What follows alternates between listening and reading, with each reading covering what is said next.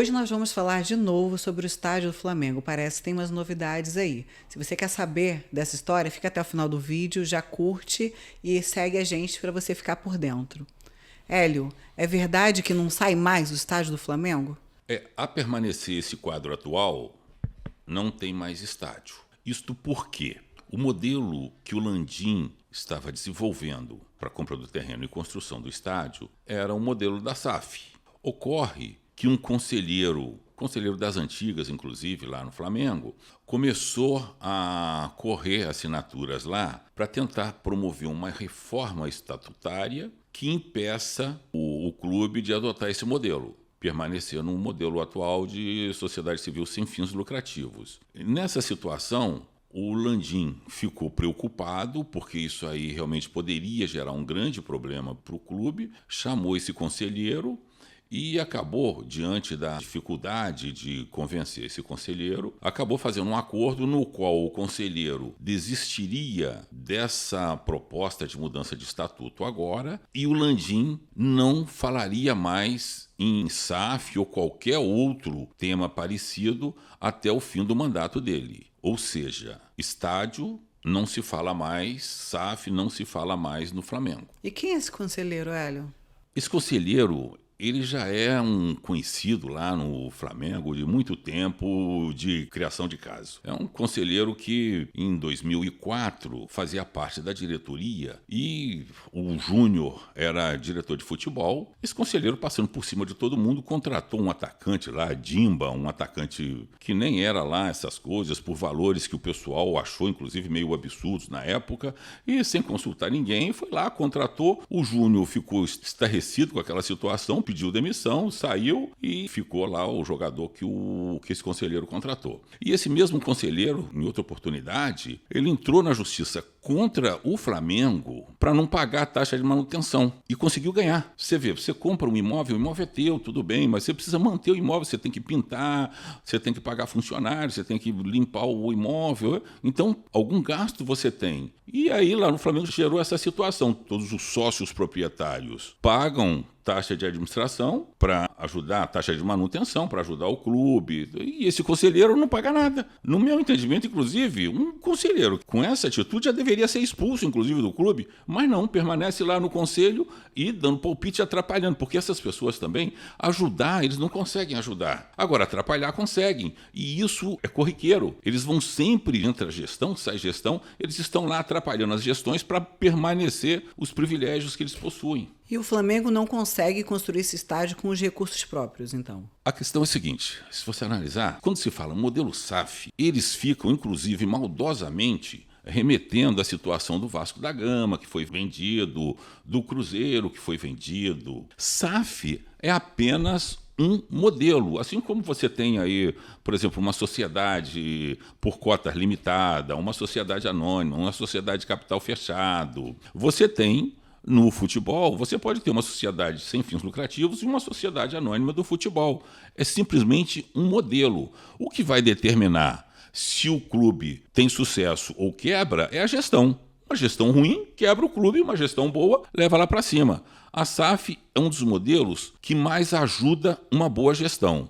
Tanto que no mundo inteiro, lá por a Alemanha, os clubes conseguem fazer seus estádios utilizando este modelo SAF, que é o que menos impacta nas receitas do clube. No caso do Flamengo, só para dar um exemplo, 3 situações. Flamengo resolve construir estádio com recursos próprios, mais ou menos como o Corinthians fez. Se bem que no caso do Corinthians, o estádio do Corinthians custou cerca de 1 bilhão e 200 milhões de reais, a construtora entrou com 400, o governo com redução de impostos mais 400 e o Corinthians pagou só 400, que ele buscou no BNDES e Caixa Econômica. O Corinthians, nesse modelo, já pagou cerca de 500 milhões de reais da dívida, ainda deve perto de 700 e só esse ano paga mais 80 milhões de juros. Muito dinheiro. E toda a receita do estádio do Corinthians fica lá bloqueado até resolver toda essa questão. Para vocês terem uma ideia. O Flamengo, se o Flamengo vai adotar esse modelo de ir no mercado por conta própria e pegar recursos, com essa Selic a 10,75 e a taxa de BNDES a 13,75, ele vai pagar, para pegar 2 bi, vai pagar somente de juros, cerca de 270 milhões, mais 200 milhões para reduzir a dívida. 470 milhões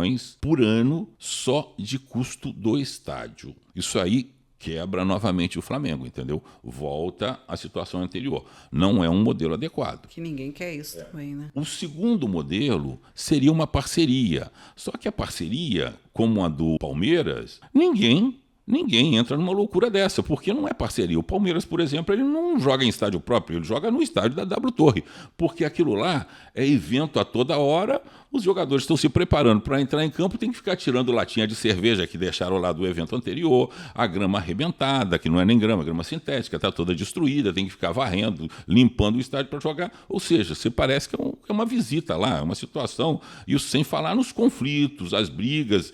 E no caso do Palmeiras, quando terminarem os 20 anos que ainda faltam para a concessão, aquilo lá já está ultrapassado, não serve para mais nada. Ela vai destruir aquilo tudo, construir um estádio novo. Ou seja, para pegar o terreno de volta. Ou seja, essa solução para o Flamengo não se encaixa. Agora, a de SAF, ele simplesmente decide vender 30% das ações, do capital. Isso aí não mexe no controle, continua o Flamengo dono de tudo, sem problema algum. Nessa situação, nessa solução, ele vai ter um aumento de patrimônio, custo algum.